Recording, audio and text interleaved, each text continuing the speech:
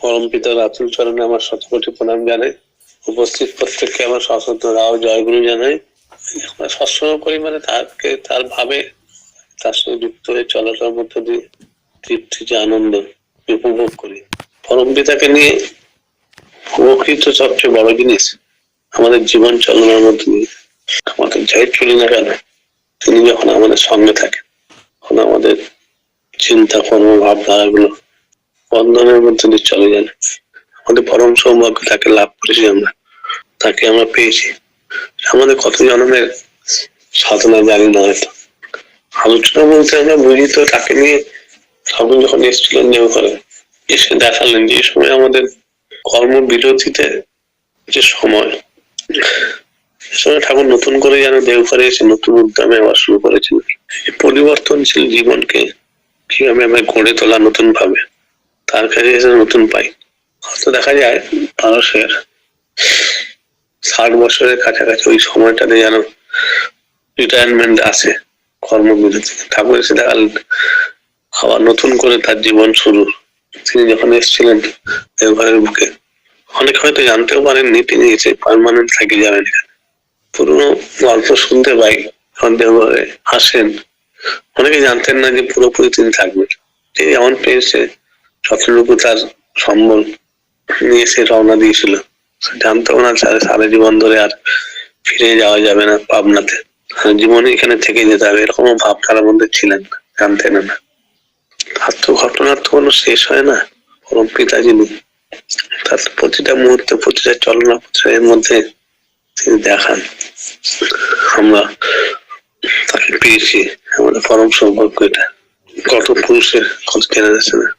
ঠাকুরের জীবনের ছোট ছোট ঘটনার মধ্যে দিয়ে প্রত্যেকে তাকে লাভ করেছি আমরা। তার মতো করে ঠাকুর এসে দেখালেন যে জীবনটাকে কিভাবে সুন্দর করতে হয়, ভালো করতে হয়। ভালো করার মধ্যে দিয়ে হচ্ছে পূর্ণতা লাভ করে মানুষ, পূর্ণ হয়ে ওঠে, মানে পূর্ণ পবিত্র হয়ে ওঠে তাকে পেলে। অনেক তার সঙ্গে যখন ছিলেন তিনি তার সঙ্গে অনেক মানুষ জড়িত ছিলেন, ঘটনাটা শেষ না হয় না। মাঝে মাঝে কিছু কিছু মনে পড়ে, শান্তনাদের কথা মনে পড়ে। শান্তনাথ ঠাকুরের মেয়ে ছিলেন, ভোরবেলা যখন ছোট ছিলেন ঠাকুরের কাছে আসতেন, সুন্দর করে তাকে মরমা কি করতেন, তাকে সাজিয়ে দিতেন, নিয়ে এসে কি করতেন ঠাকুরকে প্রণাম করতেন, বাবাকে প্রণাম করতেন, ঠাকুর তার দুই গালে চুমুক দিতেন। পরবর্তীকালে শান্তনাদিকে দেখা যেত তার গালে কেউ হাত দিলে তিনি খুব রেগে যেতেন, কান্নাকাটি করতেন। বড় হয়ে তিনি বলতেন পরবর্তীকাল আমার রাগ তাতে উঠতো না, আমি আমার গালে হাত দিলে আমি রাখতাম না, আমার রাগ হতো যে বাবা যে আমাকে চুম্বন দিতেন সকালবেলা, মা সাজিয়ে দিত, আমি তার কাছে যেতাম, তার স্পর্শটা দিয়ে আমার গালে লেগে থাকতো, সেইটা উঠে যাবে বলে আমার রাগ হতো। আমার গালে হাত দিলে আমার ওই জন্য রাগ হতো, অন্য কোনো ব্যাপার ছিল। এই ছোট্ট কথা, কিন্তু ছোট্ট ঘটনা, ছোট্ট কথা, ছোট্ট বাচ্চা তার গালের স্পর্শটা, ঠাকুরের স্পর্শটা দূষিত হয়ে যাবে, উঠে যাবে। শ্রদ্ধেয় দাদা, মোবাইলটা আরেকটু মুখের কাছে নিলে মনে হয় ভালো হবে দাদা, আরেকটু জোরে শোনা যাবে। আচ্ছা, শোনাচ্ছে এখন? এখন শোনা যাচ্ছে? হ্যালো? হ্যাঁ দাদা, হ্যাঁ হ্যাঁ এখন শোনা যাচ্ছে দাদা ভালোভাবে।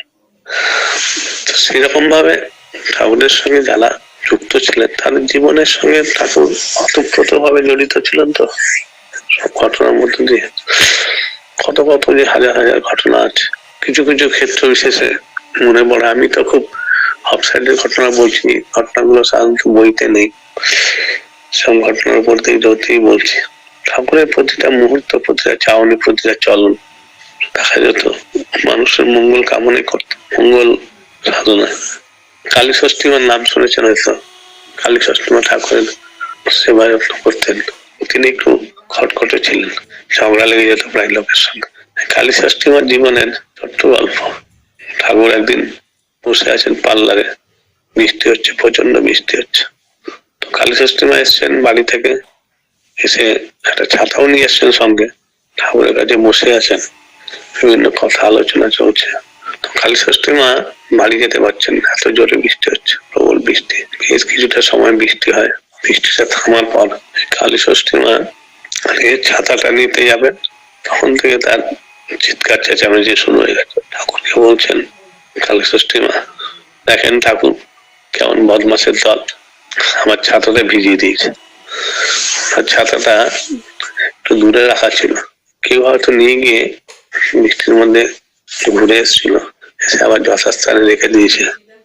এই ভেজা ছাতাটা তার হাতে পড়েছে, পড়ার পর সে চিল্লাচিল্লি শুরু করে দিয়েছে। খচখচ করতে করতে ঠাকুর যেখানে বসছিলেন তার সামনে দিয়ে বাড়ির দিকে রওনা দিচ্ছে। ঠাকুর বলছেন, ও কালী ষষ্ঠী, চিল্লাও কেন? ঠাকুর দেখেন না আমার ছাতাটা কোন বদমাস নিয়ে চলে গেছে, ভিজিয়ে নিয়ে এসছেন। ঠাকুর বলছেন, ছাতা তো ভেজাবার জন্যই না, আমি ভিজালাম না, আমি তো ভিজিয়ে নিয়ে বাড়ি চলে যেতে পারতাম। আমি ছাতাটা ভিজিয়ে যায় বলে আমি গেলাম না বৃষ্টিতে, আমার ছাতাটা ভিজিয়ে নিয়ে রেখে দিয়েছে। আমাকে এখন বাড়ি যেতে হবে, ছেলে পুলে কি করছে ঘরে দেখতে হবে। যাও যাও যাও, তাড়াতাড়ি দেখো কি যাও ছেলে পুলে কি করছে। খালি সব গাজর করতে করতে চলে গেল। কেষ্টটা ছিলেন, কেষ্টটা জিজ্ঞেস করছেন, ঠাকুর ও তো বাড়ি যাচ্ছিল, আবার আপনি হাটকে তার কিছু কথা শুনলেন কেন? ঠাকুর বলছেন যে আমি জানি বাড়ি যাচ্ছিল, তার স্পিডটা একটু বাড়িয়ে দিলাম, তার গতিটা একটু বাড়িয়ে দিলাম। থামিয়ে তাকে ঠাকুর বললেন, যাও যাও তাড়াতাড়ি যাও, তার চলার গতিটাকে বাড়িয়ে দিলেন। সামান্য ঘটনা, ছোট ঘটনা, কিন্তু প্রতিটা মুহূর্তে তার যে মান অভিমান তৈরি হয়েছিল মানের মধ্যে, সেটাকে ঠাকুর কি করলেন, দূর করে দিলেন। সে ঠাকুরকে বলে তার মান অভিমানটা ক্ষমাতে পারল। দেখা গেছিল ঠাকুরের জীবনের প্রতিটা মুহূর্তে, প্রতিটা ক্ষণে তিনি মানুষের অনুচরণের ব্যথা বেদনা কিভাবে তিনি দূর করতেন, তার কোনো ইয়াত্রা ছিল না।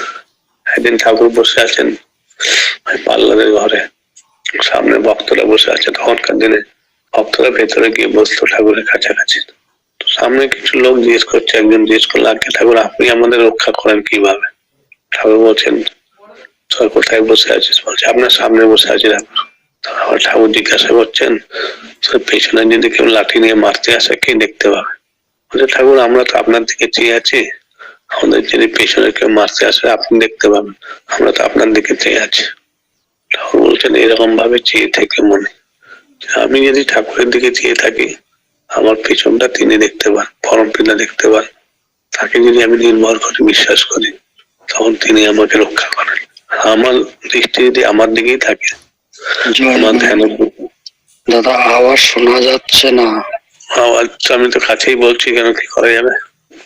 হ্যালো, শোনা যাচ্ছে? শোনা যাচ্ছে দাদা, এখন এখন শোনা যাচ্ছে দাদা, জয় গুরু। আমি শুনতে পাচ্ছি। সমস্যা, ঠিক আছে, দাঁড়ান এক মিনিটটা দেখছি।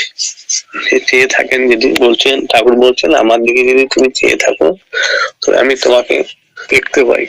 তারপর যদি নির্ভর করি, তারপরে যদি আত্মবিশ্বাসের ভর করে চলি, তখন তিনি আমাকে রক্ষা করেন, সবকিছু করবেন।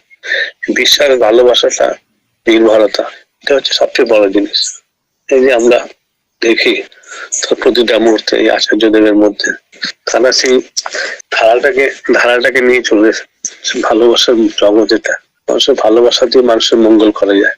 মানুষের যদি ভালোবাসি, তার প্রতি তার আকুলতা থাকে, মানুষের বিভ্রান্ত হয়ে যাই আমরা। এটা হচ্ছে দেখা যায় আছে আমাদের বিশ্বাসের জোর এত কম, তার জন্য আমরা বিভ্রান্তকর হয়ে যাই। প্রতিটা মুহূর্তে তাকে নিয়ে চলার মধ্যে দিয়ে ঠাকুর যা বললেন, যজন যাজন ইষ্টবিধি স্বস্থানি সদাচার, এই বাণীগুলো ঠাকুর বলেছেন, যতটা মনে হয় সহজ ততটা সহজ হয় না। নির্ভরতা যখনই আমাদের কেটে যায়, কেন আমরা দেখা যায় যে হয়তো নাম ধ্যানের অভাব হয়ে যায়, আমরা সেরকমভাবে বিশ্বাস করে নাম ধ্যান করতে পারি না। আমার চলা বলার মধ্যে অনেক ঘাটতি থাকে, যে ঘাটতি গুলো পূরণ করতে পারি না, সেটার জন্য আমরা বিভ্রান্ত হয়ে পড়ি। কিন্তু ঠাকুরকে নিয়ে আমার যদি বিশ্বাস থাকে ঠাকুরের প্রতি, তিনি আছেন আমার সঙ্গে, আমার প্রতিটা মুহূর্তে, আমার প্রতিটা কথাবার্তা, আচার আচরণের মধ্য দিয়ে। ঠাকুর বলছেন, সত্তা সচ্চিদানন্দ অসৎ নিরোধী, অতই সচ্চিদানন্দের পরিপোষক, তাই ধর্ম। সচ্চিদ আনন্দে থাকার যে পরিপোষক, সচ্চিদানন্দ পরিপোষক, সেটা আমার পরম পিতার কাছে আমি পেতে পারি। আর তাকে সেটাই হচ্ছে ধর্ম পালন বলতে, সেটাই বোঝায়। পরিপোষণ তার কাছে পেতে পারি কিভাবে? তার বলাগুলোকে তিনি যেমন ভাবে আমাদের বলছেন, সেরকম ভাবে করার মধ্য দিয়ে পেতে পারি। না করে আমরা কি করি, ফাঁকি বাড়িয়ে মন দিয়ে যখন চলতে যাই, তখন দেখা যায় সেগুলো আসে না। ঠাকুর দেখালেন প্রত্যেক জীবনের এই যে আমরা যতই দেব দেবতার পুজো করি যাই করি না, মূল জিনিস হচ্ছেন আমার মধ্যে তার ভাবধারাটা কতটা ভাবে স্থায়িত্ব লাভ করে। ঠাকুর একদিন বসে আছেন, ঘটনাগুলো ঠাকুর সহজ করে দিয়েছিলেন। একদিন জামতলায় ঠাকুর বসে আছেন, অনেকে এসছেন হয়তো, জামতলা শ্রীঅঙ্গন আছে, সেই জামতলা শ্রীঅঙ্গন, জামতলাতে ঠাকুর বসে আছেন। একদিন অনেক মায়েরা বসে আছেন সঙ্গে, ঠাকুর জিজ্ঞেস করছেন, একটা গল্প বলছেন। সন্ন্যাসী ছিল, সে অনেকদিন তপস্যা করছিল, তপস্যা করতে করতে হঠাৎ তার কাছে একটা কাক এসে কাক রবে ডাকছে, কর্কশ ডাক। সেটা শুনে সে লোকটা এমন ক্রোধিত হয়ে তাকিয়েছে তার দিকে, সে কাকটার দিকে। কাকটা নাকি ভস্ম হয়ে গেছে। এটা দেখে তার মনে একটা অহংকার তৈরি হয়েছে, আমি তো অনেক শক্তিশালী হয়ে উঠেছি, অনেক বড় তপস্বী আমি হয়ে উঠেছি, আমার প্রধানিত দৃষ্টিতে কাকটা ভস্ম হয়ে গেল। তার মধ্যে একটা অহংকার তৈরি হলো। সে কি করেছে, সেখানে তার অবস্থা স্থগিত করে এক লোকালয় এসছে, এসে ভিক্ষা চাইছে। সেই বাড়ির মা বেরিয়ে এসে বলছেন, ও সাধু বাবা, আপনি একটু দাঁড়ান, আমি এখন স্বামীর সেবা করছি, স্বামীর সেবা হয়ে গেলে আপনাকে দেখছি, আপনি একটু দাওয়াতে বসেন। এই কথা শুনে সেই সাধু বাবার তো অহংকারে ধাক্কা লেগেছে। হ্যাঁ, আমি এত বড় সাধু, আমার দৃষ্টিতে এই না কত কি হয়ে যায়, নষ্ট হয়ে যায়, কত কি হয়ে যায়, আর এই মা কিনা আমাকে অবজ্ঞা করছেন। তার এই কথা শুনে তার মনে এই ভাব উদয় হয়েছে যখনই, তখনই সেই মাটি বেরিয়ে এসে বলছেন, ও সাধু বাবা, আপনার ওই দৃষ্টিতে আমার কিছু হবে না, কাকচিল ভস্ম হতে পারে, আমার কিছু হবে না, আপনি একটু বসেন, আমি স্বামী সেবা শেষ করে সমাপ্ত করে আপনাকে দেখছি। তো সাধু বাবা ভাবছে, এ কি করে জানলো আমার এই কথা, এ তো আর দেখেনি আমার কি ক্ষমতা, ক্ষমতার কথাই তো অজানা, জানলো কি করে। এই কথা ভেবে তার মধ্যে একটা ভাব এসছে, নিশ্চয়ই বড় তপস্বী, তখনই সে নিজেকে সংযত করে। ঠাকুর বলছেন, আসল জিনিস হচ্ছে এই পবিত্রতা, আর কিছু আমরা ভাবি না কেন, সেটা আমাদের জীবন চালনার মধ্যে দিয়ে তো সবকিছু পাওয়া। স্বামী সেবার থেকে বড় ধর্ম হতে পারে না পবিত্রতা। স্বামী সেবা, তার স্বামী সেবার মধ্যে দিয়ে তার ঈশ্বরত্ব প্রাপ্তি লাভ করতে পারে। সেটা তো আমরা যতই ভাবি না কেন, যতই হয়তো দেখা যায় আমাদের জীবনে, অনেক বাড়িতে দেখা যায় মায়েরা পুজো করছেন, স্বামী হয়তো যাবেন অফিস, সে স্বামী অফিসে যাবেন, তাড়াতাড়ি করছেন তার টিফিনের জন্য বা কাজের জন্য, কিন্তু স্ত্রীর পুজো পাঠ আর শেষ হয় না। তো এই পুজো পাঠের মূল্যটা তো, কর্মটা তো হয় না।